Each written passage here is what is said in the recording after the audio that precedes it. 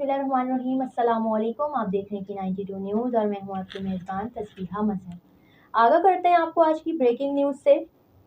शहर कायद कराची में खतरनाक समुद्री तूफान, तेज़ हवा और बारिश के हवाले से मौसमी रिपोर्ट।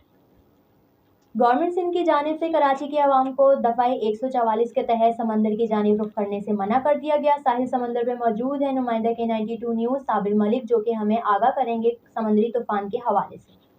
जी साबिर मलिक, बताइएगा क्या सूरत हाल है?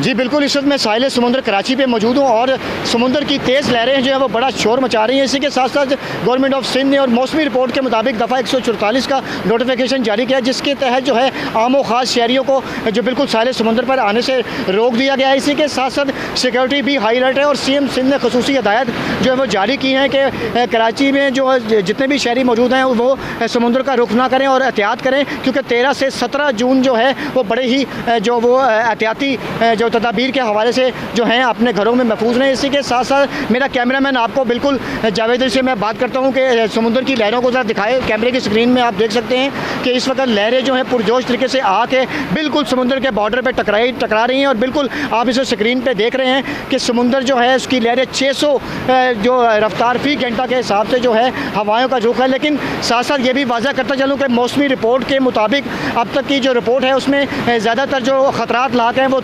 ठट्टा बदीन की साइड पे हैं और जो है उसका तकरीबन आज मोस्टली और ख़बरों के मुताबिक जो है वो रुख जो है वो गुजरात इंडिया की तरफ हो चुका है। मज़ीद जो है अल्लाह ताला रहम फरमाए। मतलब तूफ़ान के वजह से नोटिफिकेशन जारी हुआ है सिंध गवर्नमेंट की तरफ से, क्या कहते हैं इस बारे में? यार सर जी, ये बहुत आया तूफ़ान, अल्लाह फजल करम से खैर कर ले और अल्लाह से दुआ करते कि इन आफात को दूर कर ले। और हम भी इधर नज़ारा देखने के लिए आए हैं, लेकिन बहुत तेज़ी से आए हैं, खुद भी देख सकते हो ये।